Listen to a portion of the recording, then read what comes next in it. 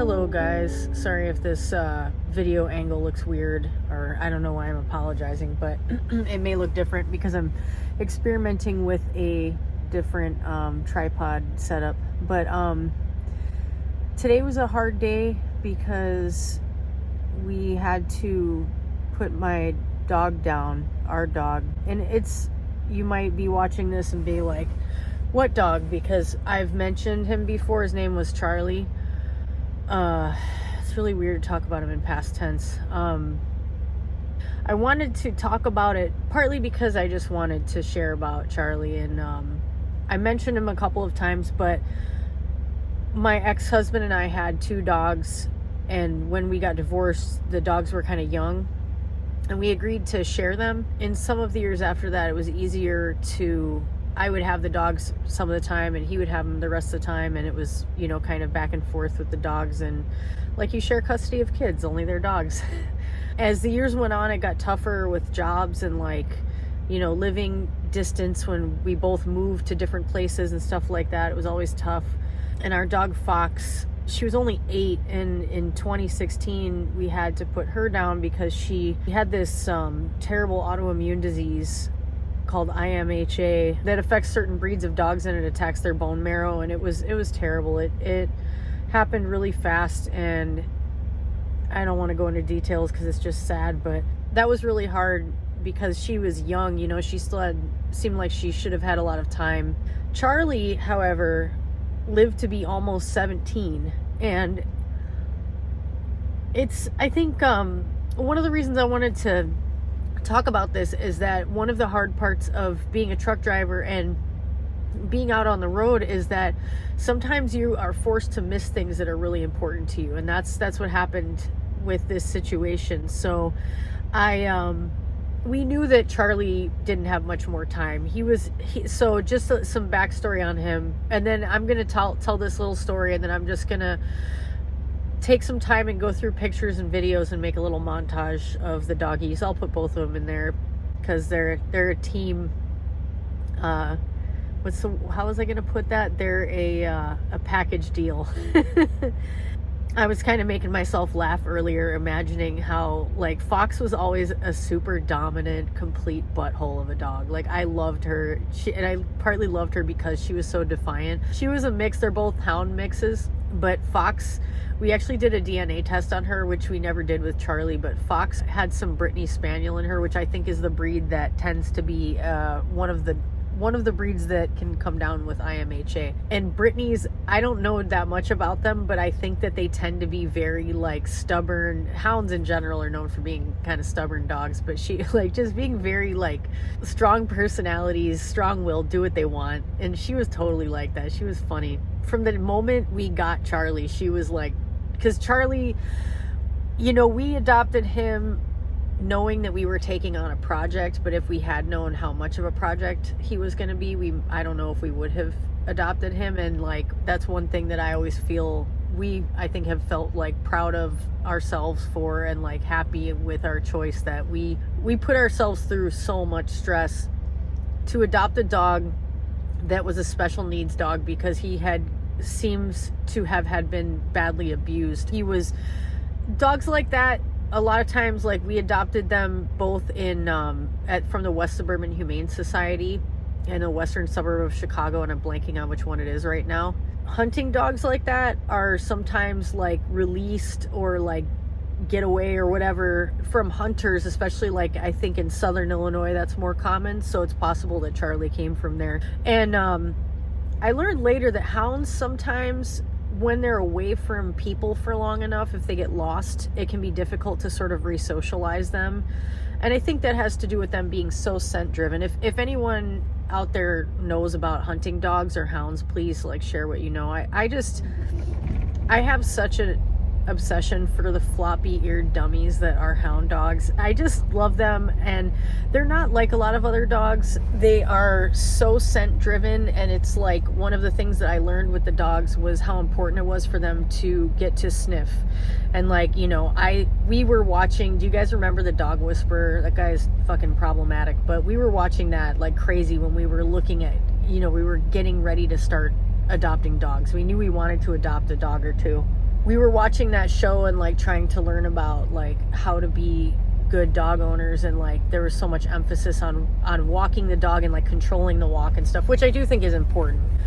But like, you know, it took a little time of getting used to the fact that like those dogs, they need to sniff. Like it's part of how they expend energy. It's like their drive. It's primal for them. So when I used to be the designated walker, pretty much, I walked those dogs twice a day, every day for years, like a good half-hour walk in the morning and one at night. And it was something that I came to really look forward to. And especially when I was like starting to work through the divorce, the struggle I went through with that, walking the dogs became even more important for me, like as a therapeutic activity. And I fell in love with it so much. And it was like we were a little team, you know, the three of us, and one would always walk on one side of me and the other on the other side, and we had our kind of routines and stuff.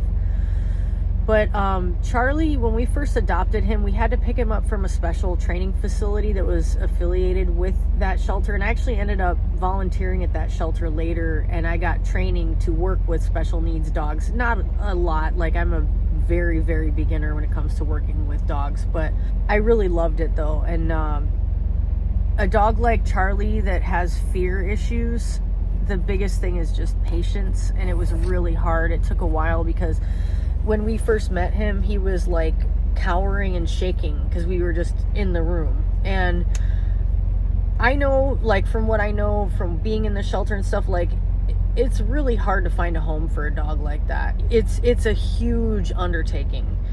And it takes a ton of patience, and you have to be willing to like be stressed out because it's stressful, because the dog needs time to adjust. It takes a while, and it takes a while for it to learn how to trust you.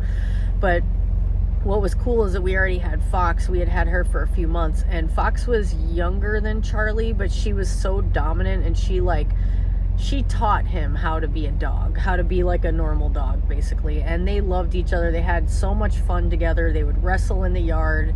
They loved wrestling right in front of the TV, right when you were into whatever show you were watching.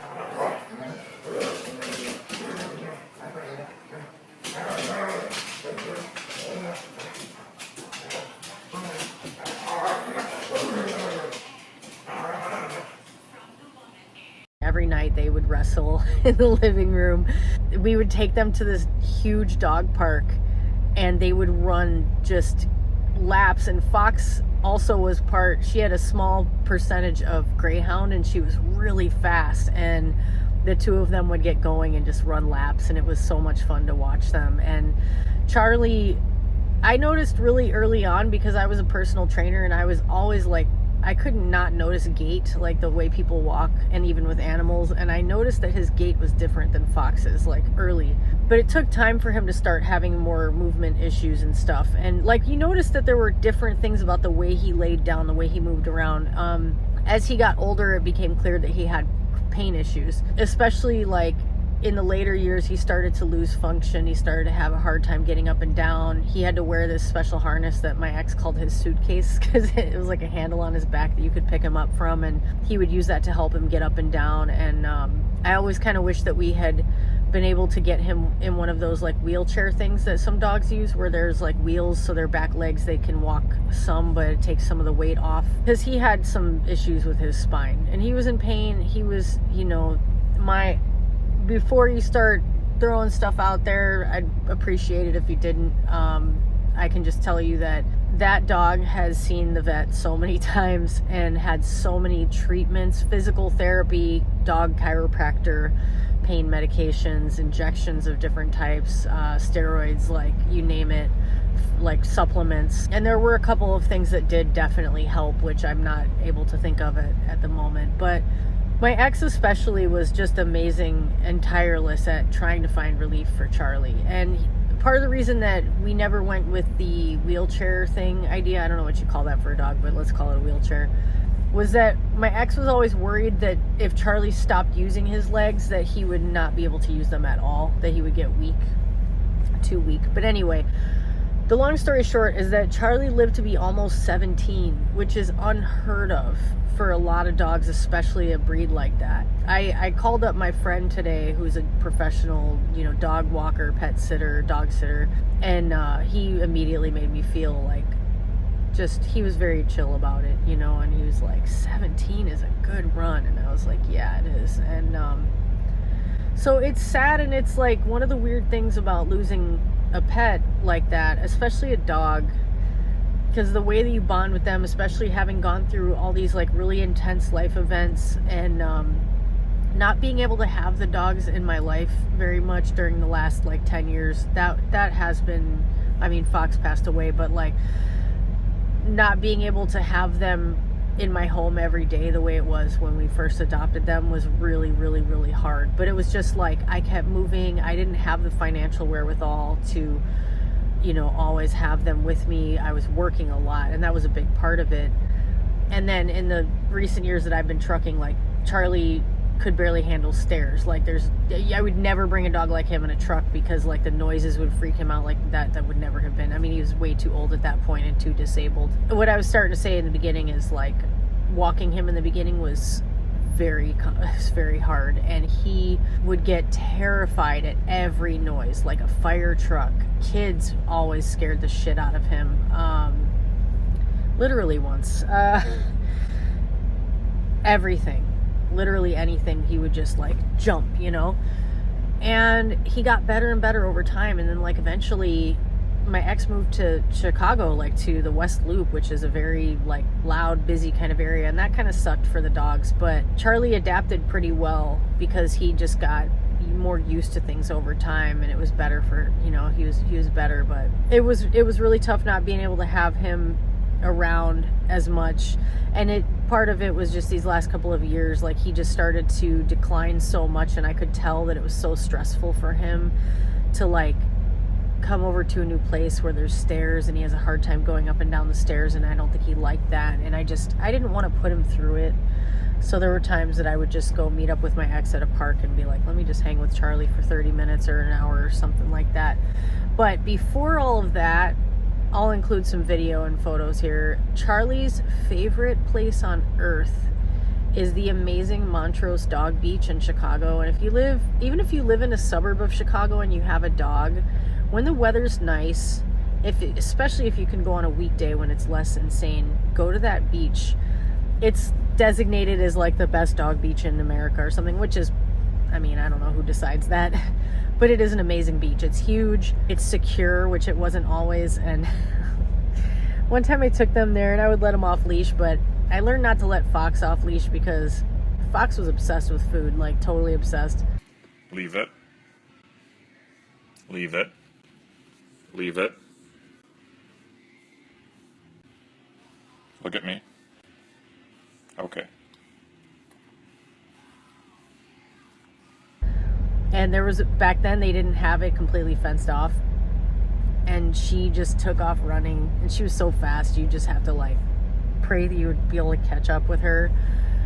And when I finally caught up with her, she was eating some mystery meat off the ground. I was just like, oh no. Oh man, she did some crazy stuff like that. But like Charlie, you would take him to the beach and he was like a different dog. It was like whatever fear issues he had were vanished, like just gone. He would run, and I would call him, Charlie, Charlie, Charlie, and he would get excited when I would call him, and he would have I called it his happy ears. Look at me being so silly, because he knows I have treats in my bag. That's why. He's so cute. Oh, I love you. Go play. Like when I was coming over, when my ex would tell him he knew for sure that I was coming over to get him to go to the beach, and he would tell him, and he would get all excited, and like he would do this thing we called his dance, which he would do like this thing with his head, this funny movement when he was happy. I told him you were taking him to the beach, and he started doing his dance. Like he just loved it so much. It was awesome to see him be free and unafraid and like go in the water and just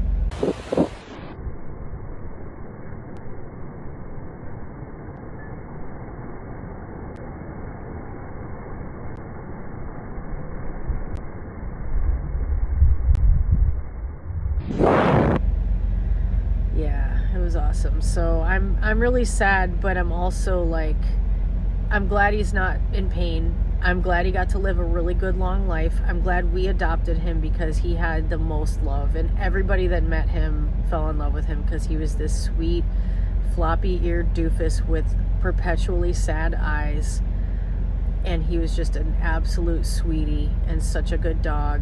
And I'm really grateful that we got to have him in our lives, and I'm not crying because I'm disassociating. But also, I don't know, it's like when you have a dog like that that's that old and disabled, you're sad when they pass away, and it's partly because you're saying goodbye to a chapter in your own life, you know, and the memories attached to that. But it's also, dogs don't live a really long time, but he lived a really long time. Like, he was super old for a dog, for most dogs, you know. So I don't feel like it, you know, it wasn't like when Fox died where it was like, God, she could have lived a lot longer. It was like, no, Charlie lived a good life, and he was very loved, and he knew that. So share your stories if you have any dog stories. If you, anything you want to say about dogs, I'm here for it, because I absolutely love dogs. I think they're a superior species. We don't deserve them. And also, I'll throw a link in the comments if you would like to make a donation to the West Suburban Humane Society. I'll find a link. You are so inclined to make a donation in the name of sweet Charlie Bear. And then also, if you missed out on an important moment or milestone in your life because you were in the truck. I didn't even say, by the way, I was picking up a load in North Carolina on Monday, and I'm delivering it to Wisconsin tomorrow. It's a two stop, and I was like only a couple of hours shy of being able to make it to say goodbye to Charlie in person. But also, like, the vet clinic is right off of 290 in Chicago, and it would have been easy to get there, but I wasn't sure where in the heck I could park, because it's not an area that you could just plop the truck. So I don't know, I didn't make it. But my ex sent me lots of pictures, and we talked on the phone when he was on the way there and stuff, and that was really helpful. So yeah, if you have stories about, sorry for my long-windedness, but you know how I am. If you guys have anything that you want to share about things that you've missed while you were stuck somewhere in a truck by your damn self, then let's hear about it. And thank you guys in advance, because I know you'll say lots of sweet things that'll make me feel loved, and I appreciate you always. Thanks for watching. I will catch you next time.